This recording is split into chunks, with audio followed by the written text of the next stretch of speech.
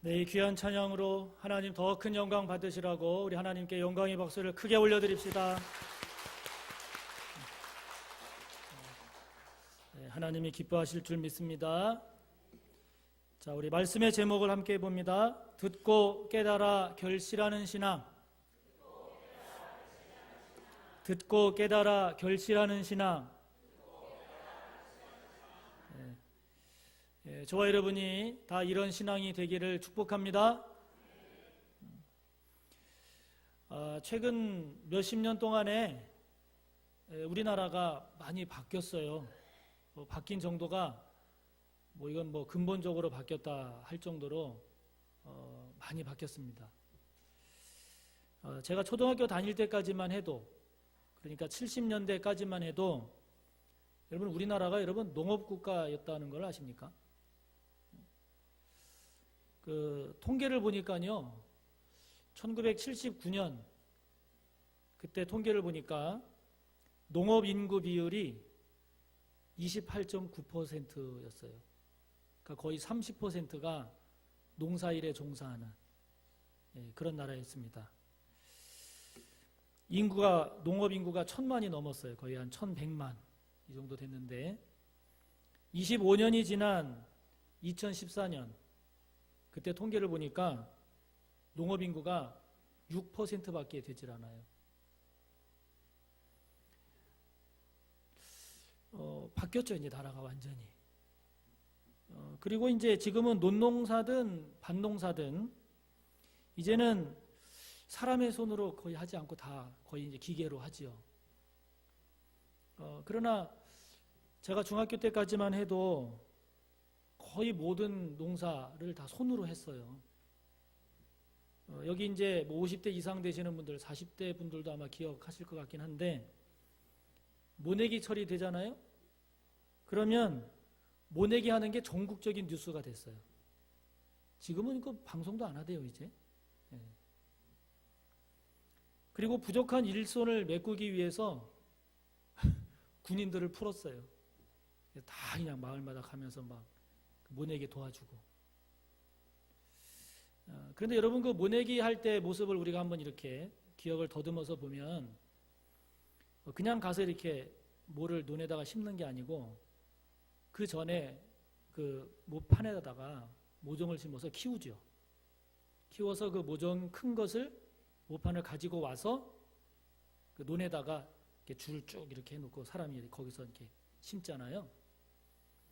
그걸 이제 그 농사 짓는 방법을 그 용어로 이렇게 표현을 해보면, 이렇게 모판에서 옮겨서 논에다가 심는다. 그래서 이양법이라고 그래요. 이렇게 옮겨서 심는다. 그래서.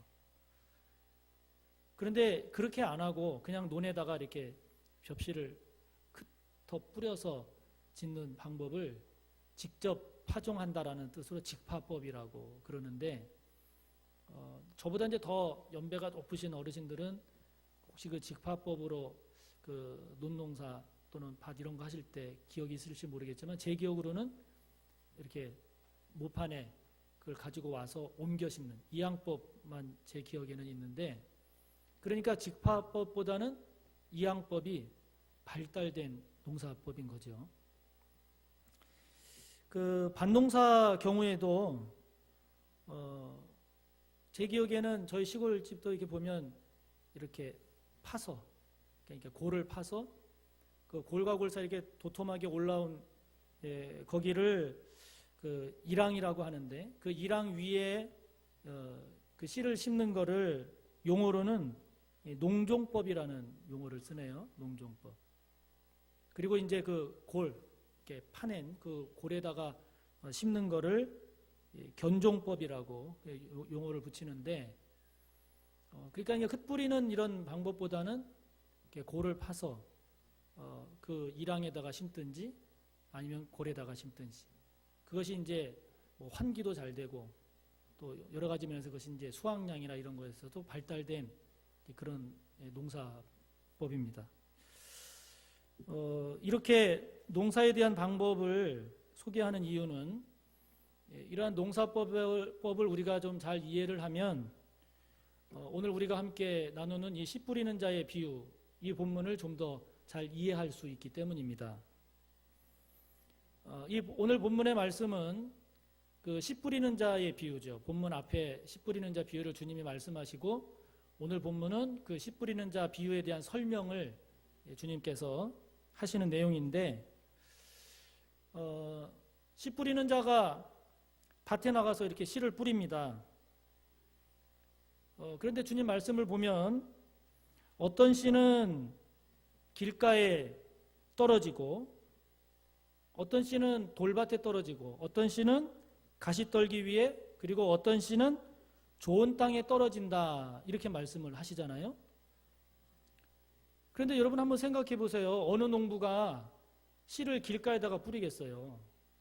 또 어떤 농부가 씨를 돌밭에 뿌리겠어요? 다 좋은 땅에 뿌리지. 그러니까 이 말씀은 무슨 내용을 포함하고 있는 거 아니? 당시 이스라엘에서는 이렇게 농사를 질 때 재배를 할 때 흙 뿌렸다고요. 이게 농부가 주머니에 허리춤 주머니에 씨를 담고 가서 거기에서 한 움큼씩 꺼내서 이렇게 뿌렸다고요. 먼저 뿌리고 나중에 그 땅을 이렇게 갈아엎은 거예요. 그 당시에 농법이. 이게 갈아엎다 보니까 어떤 씨는 길가로 떨어지기도 하고 어떤 씨는 돌들이 모여있는 돌밭에 떨어지기도 하고 또 이스라엘은 우리보다 건조하니까 이 땅에 이 가시덤불 같은 것들이 많이 난단 말이에요. 그러니까 막 이렇게 갈다 보면 어떤 씨는 가시떨기에도 떨어지고 어떤 씨는 좋은 땅에 그렇게 이제 떨어진다 하는 것이죠.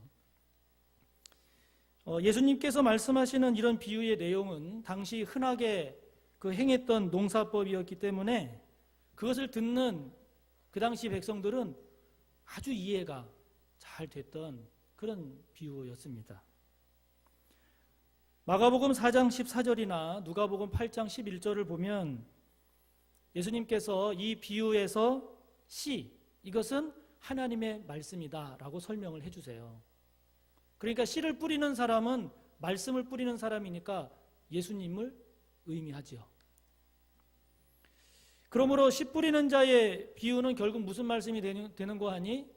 예수님께서 하나님의 말씀을 전하시는데 같은 하나님의 말씀에 대해서 사람들이 혹은 우리 자신이 그 말씀에 나타내는 반응이 이렇게 네 가지 모습이 있다 하는 거예요.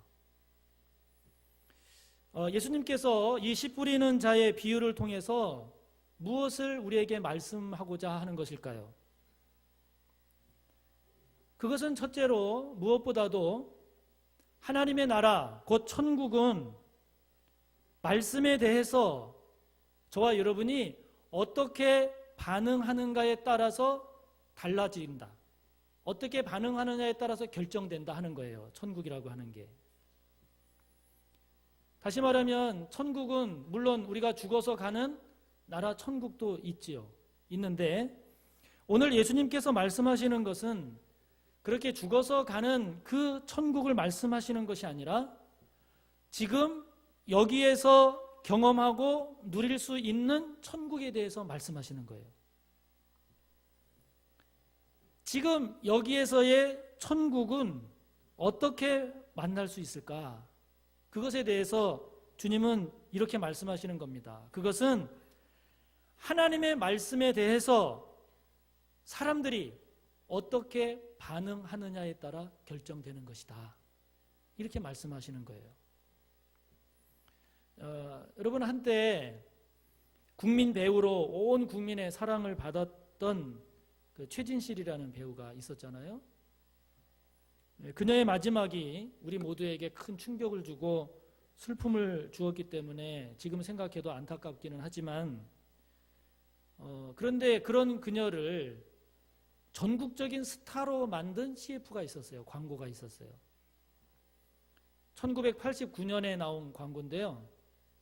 그 모 전자회사의 그 VTR 그 광고였는데 거기서 그녀가 한 말, 한 문장 그것으로 이 최진실 씨가 전국적인 스타로 떴어요. 그 광고에서 그녀가 한 말 뭔지 기억하십니까? 남자는 여자하기 나름이에요. 그 한 문장.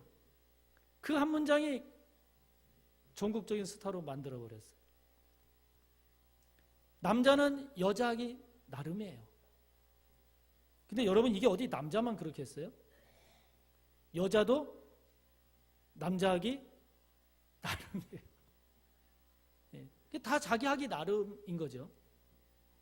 물론 객관적으로 좋은 조건의 남자, 좋은 조건의 여자가 있을 수 있지 않겠습니까? 그러나 그 사람이 나에게 좋은 사람으로 자리 잡는 것은 그 사람의 문제뿐만이 아니라 내가 그 사람을 내가 어떻게 대하느냐에 따라서도 결정이 된다 하는 거죠. 누가복음 17장 20절 21절을 보면 이 바리새파 사람들이 하나님의 나라가 언제 오냐면서 예수님에게 묻습니다. 하나님의 나라가 도대체 언제 옵니까? 묻는 바리새파 사람들에게 예수님께서 말씀하십니다. 하나님의 나라는 눈으로 볼 수 있는 모습으로 오는 것이 아니다. 또 봐라, 하나님의 나라가 여기에 있다. 혹은 봐라, 하나님의 나라가 저기에 있다. 이렇게 말할 수도 없는 나라다. 하나님의 나라는 너희 안에 있느니라. 할렐루야. 사랑하는 성도 여러분, 아직도 천국을 다른 곳에서 찾고 계십니까? 지금 여기가 아닌 다른 때, 다른 곳에 천국이 있다고 생각하십니까? 바라기는 저와 여러분 모두가 지금 여기에서 천국을 경험하고 지금 여기에서 천국을 맛보고 그 천국을 누리는 저와 여러분이 꼭 되시기를 축복합니다. 그러면 지금 여기서 천국을 경험하고 누리려면 저와 여러분 어떻게 해야 그 천국을 경험하고 누릴 수 있을까요? 오늘 주님은 그 천국을 누릴 수 없는 사람, 누리지 못하는 세 종류의 사람을 먼저 말씀하세요. 누가 천국을 경험하지 못하는가? 그 첫 번째는 먼저 길가에 떨어진 씨에 해당되는 이런 사람은 천국을 경험할 수 없다고 말씀하세요. 가장 불행한 사람이죠. 길가에 떨어진 씨, 어떤 사람인가? 오늘 말씀을 보면 이 사람은 천국의 말씀을 듣지만 그러나 전혀 깨닫지 못하는 사람이 길가에 떨어진 씨와 같은 사람이다라고 말씀하십니다. 그 당시 종교 지도자들이 대표적인 사람들이죠. 이 사람들은 음치가 아니라 영치예요. 영적인 감각이 도대체가 없는. 자, 여러분 19절을 우리 함께 읽어봅니다. 아무나 천국 말씀을 듣고 깨닫지 못할 때는 악한 자가 와서 그 마음에 뿌려진 것을 빼앗나니 이는 곧 길가에 뿌려진 자다. 씨가 길가에 뿌려지니까 그냥 새들이 와서 잡아먹어 빼앗아 간다는 거예요. 다시 말하면 말씀을 들어도 무슨 말씀인지를 전혀 이해도 못하고 말씀을 들어도 전혀 깨닫지를 못하는 사람이에요. 말씀을 들어도 예배 마치고 나갈 때 하나도 말씀이 남지 않는 사람. 전후 맥락을 파악하지 않고 쉽게 오해하고 상처받고 주저앉는 사람. 말씀이 마음속으로 들어가지를 못하는 사람. 말씀에 전혀 감동이 없는 사람. 오히려 말씀을 거부하고 자기 마음대로 자기 뜻대로 살아가는 사람. 이런 사람이 길가에 뿌려진 씨와 같은 사람이라고 말씀하세요. 그렇게 되면 길가에 뿌려진 씨는 그냥 새가 와서 바로 먹어가 버린다는 거예요. 유대사회에서 이 새는 종종 사탄을 의미합니다. 그래서 주님은 이것을 악한 자가 와서 빼앗아 가는 것으로도 지금 말씀하는 거예요. 사도행전 17장 11절 12절을 보면 사도 바울이 전도하는 가운데 베레아 사람들에게 복음을 전합니다. 거기 내용을 보면 베레아 사람들은 너그러워서 간절한 마음으로 말씀을 받았다라고 그랬어요. 그런데 이 부분을 공동번역 성경을 보면 이 베레아 사람들은 마음이 트인 사람들이어서 말씀을 열심히 받아들였다라고 번역을 하고 있어요. 이 베레아 사람들은 말씀을 들을 때 말씀이 정말 그런가? 그러면서 들은 말씀을 하나하나 상고했다 그랬어요. 들은 말씀을 한 말씀 한 말씀 찾아서 연구했다는 거예요. 그렇게 하다 보니까 사도행전 17장 12절을 보면 그 중에 말씀을 그렇게 들은 그 사람들 중에 믿는 사람이 많이 생겼다라고 기록하고 있습니다. 그러니까 여러분, 믿음이라고 하는 것은 말씀에 대해서 마음이 열려야 생기는 거예요. 말씀을 들을 때마다, 말씀을 대할 때마다 마음의 문을 열고 그렇구나. 그렇구나. 이렇게 말씀을 잘 받아들이는 사람, 그 사람에게 믿음이 생기는 은혜가 임한다는 것입니다. 길가에 떨어지는 씨가 저와 여러분 되지 않기를 바랍니다. 들은 말씀 마음에 하나도 안 남아서 길가에 떨어진 씨와 같이 되어버려서 그냥 새들이 와서 먹어가고 악한 사탄이 와서 다 빼앗아가는 그런 저와 여러분이 되지 않기를 간절히 바랍니다. 천국의 주인공이 되지 못하는 사람, 두 번째로 주님이 말씀하시는 사람은 어떤 사람이냐? 돌밭에 떨어진 씨와 같은 사람이 천국은 경험할 수 없다는 거예요. 당시 예수님의 말씀을 들으려고 예수님 주변에 몰려들었던 많은 사람들이 거기에 해당이 됩니다. 자, 여러분 20절과 21절을 우리 함께 읽어봅니다. 돌밭에 뿌려졌다는 것은 말씀을 듣고 즉시 기쁨으로 받되 그 속에 뿌리가 없어 잠시 견디다가 말씀으로 말미암아 환난이나 박해가 일어날 때에는 곧 넘어지는 자가 여기에 해당된다는 거예요. 말씀을 들을 때는 오늘 말씀 참 좋네. 말씀을 들을 때 목사님이 오늘 설교를 잘하시네. 그러면서 잠시 기쁨으로 받지만 문제는 뭐냐면 그냥 그렇게 듣고 기쁨으로 끝나버린다는 거예요. 들은 말씀이 뿌리를 내려야 되는데 마음에 뿌리를 내리지 못하는 사람, 이 사람이 돌밭에 떨어진 씨와 같은데 이런 사람도 천국을 경험할 수 없다는 겁니다. 말씀에 뿌리가 있다. 이 말은 말씀이 마음 안에 자리 잡는다 이 뜻이에요. 말씀에 뿌리가 있다라고 하는 것은 말씀이 저와 여러분의 생각에 영향을 미친다 하는 뜻이에요.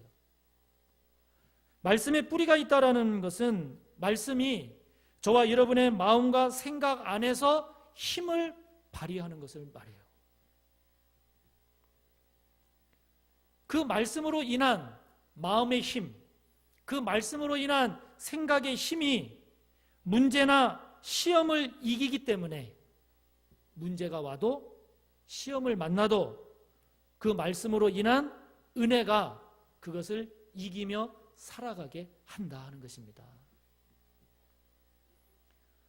이번 주 목요일부터 성경이 읽어지네로부터 시작되는 여러분들의 신앙 교육과 훈련을 위한 1단계, 이것이 끝나면 이제 2단계 말씀 살아내기, 즉 말씀 묵상 훈련, 그것이 끝나면 3단계 치유와 회복 그리고 변화, 즉 회복 프로그램이 진행이 되는데 이 모든 것들의 초점이 뭐냐?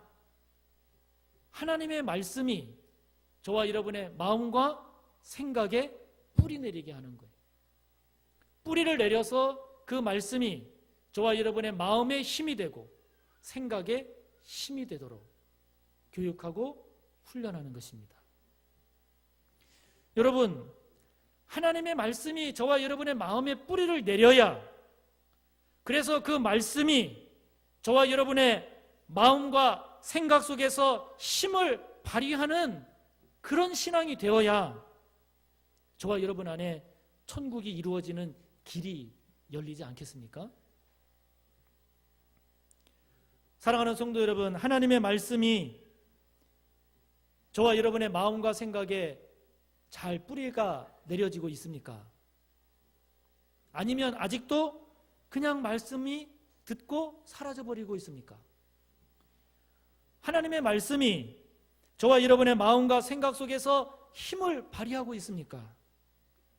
아니면 아무런 힘도 발휘하지 못하고 있습니까? 말씀을 보고 듣기만 할 뿐만 아니라 반드시 말씀의 뿌리가 내려지도록 말씀을 묵상하고 그 말씀을 붙잡고 기도하며 나아가는 저와 여러분이 꼭 되시기를 간절히 바랍니다. 주님 말씀하십니다. 누가 천국의 주인공이 못 되는가? 또 한 경우를 말씀하시는데, 그 경우가 어떤 경우냐면 가시떨기 위에 떨어진 씨에 해당되는 사람이라고 말씀하세요. 그 사람은 어떤 사람인가? 22절입니다. 우리 함께 읽습니다. 가시떨기에 뿌려졌다는 것은 말씀을 들으나 세상의 염려와 재물의 유혹에 말씀이 막혀 결실하지 못하는 자가, 그 사람이 가시떨기 위에 떨어진 씨와 같다 말씀하세요. 이런 사람은 어떤 사람인가 하니, 쉽게 말씀드리면 말씀 따로 삶 따로 이렇게 살아가는 사람이에요. 이런 사람은 천국을 경험할 수 없다는 거예요. 머리의 신앙이지요.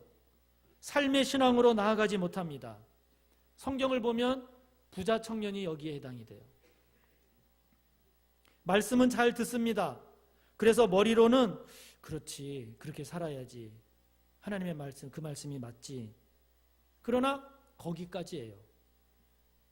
그렇구나, 하나님의 말씀이 맞지, 그랬으면 그렇게 살아야 되잖아요. 그렇게 살아야 열매를 맺는데 그 고비를 못 넘어요.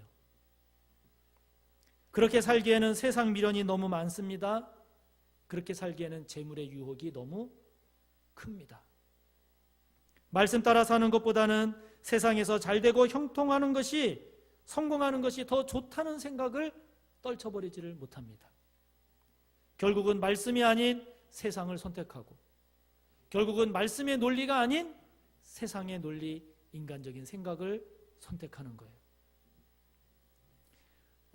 제가 우리 교회에 와서 보니까 우리 교회는 뭐 그렇게 많지는 않은 것 같은데, 여러분 고3이 되면 주일을 범하고 예배 빠지는 경우가 참 많아요. 사람의 삶에 있어서 제1되는 목적이 무엇이냐? 그것은 하나님을 영화롭게 하고 그를 영원토록 즐겁게 하는 것입니다.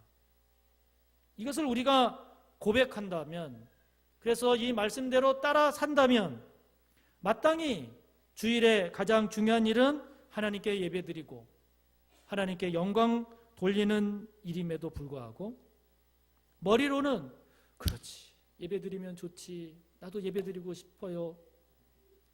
그러나 세상 염려가 엄습해요. 이러다가 대학 떨어지면 어떡하지? 결국은 예배 대신 공부를 선택을 합니다. 여러분, 재물도 마찬가지입니다. 우리가 애쓰고 수고해서 재물이 생기잖아요. 열심을 다해 최선을 다했습니다. 그러나 이 모든 것이 하나님께로부터 왔고, 이 모든 것이 하나님의 은혜입니다. 머리로는 그게 돼요. 그래서 하나님께 감사해야지. 그것을 이제 11조로 드릴 때가 되면 세상 염려가 엄습해요. 재물의 유혹을 뿌리치지를 못해요. 그렇잖아도 부족한데 이것 드리면 어떻게 살지? 아유, 이거 꼭 드려야 되나? 가만히 있어봐. 이것도 해야 되고 저것도 해야 되고, 막 그럴 때마다 막 할 일이 더 생겨요. 결국 못 드려요. 드려도 대충 드려요. 말씀의 논리가 아닌 세상의 논리, 인간적인 계산을 선택합니다. 사랑하는 성도 여러분, 저와 여러분이 머리로는 그래야지 이렇게 했지만 정작 마지막 행함의 단계에서 주저앉았던 때는 없으십니까? 마음으로는 말씀을 따라서 살고 싶지만 결국은 말씀의 길로 나아가지 못하게 하는 세상의 염려, 재물의 유혹은 무엇입니까? 바라기는 저와 여러분 모두가 세상의 염려와 재물의 유혹을 뛰어넘어서 말씀을 살아내는 말씀의 사람, 천국의 주인공이 되는 그런 은혜와 복이 있으시기를 축복합니다. 그렇다면 여러분, 과연 누가 말씀을 빼앗기지 않고 말씀을 잠시 기쁨으로만 받는 것이 아니라 말씀의 뿌리가 내려지고 세상의 염려와 재물의 유혹을 이기고 말씀을 따라 살아감으로써 결실하는 사람, 곧 천국의 주인공이 될까요? 주님은 그를 23절에서 말씀을 하십니다. 우리 23절을 함께 읽습니다. 좋은 땅에 뿌려졌다는 것은 말씀을 듣고 깨닫는 자니 결실하여 어떤 것은 100배, 어떤 것은 60배, 어떤 것은 30배가 되느니라 하시더라. 아멘. 여러분, 지금 여기에서 천국을 경험하고 누릴 수 있는 사람이 누구냐? 그 사람은 하나님의 말씀을 잘 듣고 들은 하나님의 말씀을 깊이 깨달아서 깨달은 바대로 살아감으로써 결실하는 자가 지금 여기에서의 천국을 경험할 수 있는 사람이다 하는 것입니다. 그런 사람은 어떤 경우에는 30배, 어떤 경우에는 60배, 어떤 경우에는 무려 100배에 이르는 결실을 맺는 사람이 된다라고 말씀하세요. 여러분, 예수님 당시에 씨를 뿌리면 보통 7배에서 8배 정도 수확을 했대요. 10배를 수확하면 풍년이라고 했습니다. 그런데 여러분, 30배, 60배, 100배 뭘 의미할까요? 풍년보다 더 풍성한, 우리의 기대와 생각을 뛰어넘는 은혜와 복을 누리는 사람이 된다 하는 뜻이에요. 여러분, 사람의 마음을 움직이고 사람의 행동을 변화시키는 것은 깨달음입니다. 깨달음이에요. 아, 그렇지. 아, 그렇구나. 무릎을 치면서 깨닫는 것이 있을 때 여러분, 그 깨달음이 저와 여러분의 삶의 기쁨이 되는 것입니다. 무릎을 치면서 아, 그렇지. 그 깨달음이 저와 여러분의 마음의 힘이 되는 것입니다. 그 깨달음이 저와 여러분의 그 깨달음이 크면 클수록 저와 여러분이 누리는 기쁨은 큰 거예요. 그 깨달음의 깊이가 깊으면 깊을수록 그로 인한 삶의 힘이 크고 강한 것입니다. 예수님 당시에 예수님을 거부했던 바리새인과 같은 종교 지도자들은 예수님을 자신들의 마음 밖으로 밀어냈기 때문에 천국을 경험할 수가 없었어요. 새들에게, 사탄에게 그 천국을 다 빼앗기고 말았어요. 이들은 예수님 주변을 몰려다녔던 그 많은 사람들, 예수님의 말씀을 듣고 아유, 좋은 말씀이네, 오늘 좋은 말씀 들었네, 이렇게 그치는 사람들은 그 말씀의 뿌리를 내리지 못했기 때문에 천국의 주인공이 될 수 없었습니다. 부자 청년은 머리로는 천국을 그리워했지만 그러나 마지막 그 재물의 벽을 넘지 못하고 열매를 맺지 못함으로써 주님을 떠나가는 사람이 되었어요. 그러나 여러분, 우리가 삭개오의 모습을 통해서 알 수 있듯이 죄인이었던 이 삭개오가 주님을 만난 후에 그것으로 인한 기쁨이 얼마나 컸던지 자신이 가지고 있는 재산의 절반을 가난한 사람들에게 내가 나누어 주겠다. 그리고 다른 사람의 것을 속여서 빼앗은 것이 있다면 내가 4배로 갚아주겠습니다. 여러분, 이게 무슨 뜻입니까? 자기의 그 많은 재산 절반을 다 가난한 사람에게 주고 여러분, 세리로 살았으니 다른 사람을 속여서 빼앗은 경우가 얼마나 많겠어요. 그것마다 다 4배로 갚아주겠다, 이 말은 자기가 가지고 있는 모든 재산이 없어진다 할지라도 주님을 만난 기쁨이, 주님 속에서 발견한 삶의 진리가, 주님 안에서 발견한 천국이 그거보다 더 컸다 하는 것입니다. 사랑하는 성도 여러분, 지금 이 자리에도 여러분 가운데 많은 어려움과 아픔과 문제들이 있었음에도 불구하고 그 고비들을 넘어서 오늘 이 시간 이곳에 앉아 계신 분들이 많이 계시지 않습니까? 어떻게 그 고비들을 넘으셨습니까? 여러분들에게 왔던 그 어려움보다도 주님이 더 귀하다고 믿었기 때문에 지금 이 자리 이곳에 있는 것 아닙니까? 여러분들이 겪었던 그 수많은 아픔들이 있었지만 그 아픔들보다도 주님으로 인한 은혜가 더 풍성했기 때문에 오늘 이 시간 이곳에 앉아 계신 것 아닙니까? 여러분들이 살아오면서 문제들이 없으셨습니까? 그 힘든 문제들이 있었음에도 불구하고 말씀 속에서 발견했던 삶의 진리가, 말씀 속에서 발견했던 주님의 은혜가 더 컸기 때문에 그 힘으로 이 시간 이곳에 앉아 계신 것 아닙니까? 여러분, 주님이 말씀하시는 30배, 60배, 100배는 양적인 의미도 있지만 30배, 60배, 100배는 질적인 의미도 있습니다. 주님으로 인해, 말씀으로 인한 은혜와 복이 양적으로 30배, 60배, 100배가 될 수도 있고 질적으로도 30배, 60배, 100배가 될 수 있는 것입니다. 여러분의 삶 가운데 하나님의 말씀을 잘 듣고 잘 깨달아서 이처럼 30배, 60배, 100배의 결실을 맺었던 때가 있지 않으십니까? 그것이 저와 여러분의 믿음의 힘이고 그것이 저와 여러분의 신앙의 능력 아니겠어요?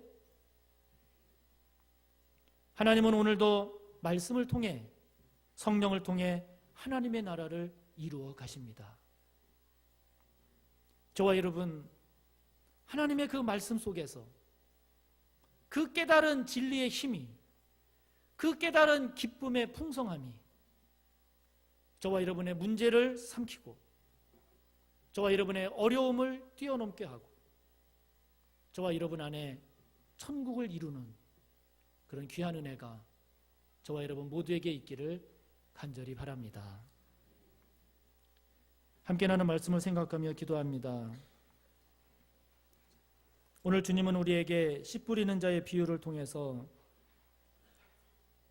누가 천국의 주인공이 되지 못하는지를 우리에게 말씀하십니다.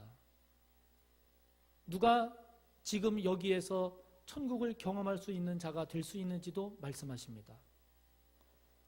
저와 여러분의 신앙과 삶은 길가에 뿌려진 씨인가요? 아니면 돌밭에 뿌려진 씨인가요? 아니면 가시떨기 위에 뿌려진 씨입니까? 아니면 좋은 밭에 뿌려져서 천국을 경험하고 있으십니까? 이 시간 하나님께 기도하기를 저와 여러분의 믿음이, 저와 여러분의 삶이 하나님의 말씀을 잘 듣고 잘 깨달아서 30배, 60배, 100배의 결실을 맺고 살아가는 천국의 주인공이 되기를 우리 시간 주여 3번 하고 기도합니다. 주여, 주여, 주여.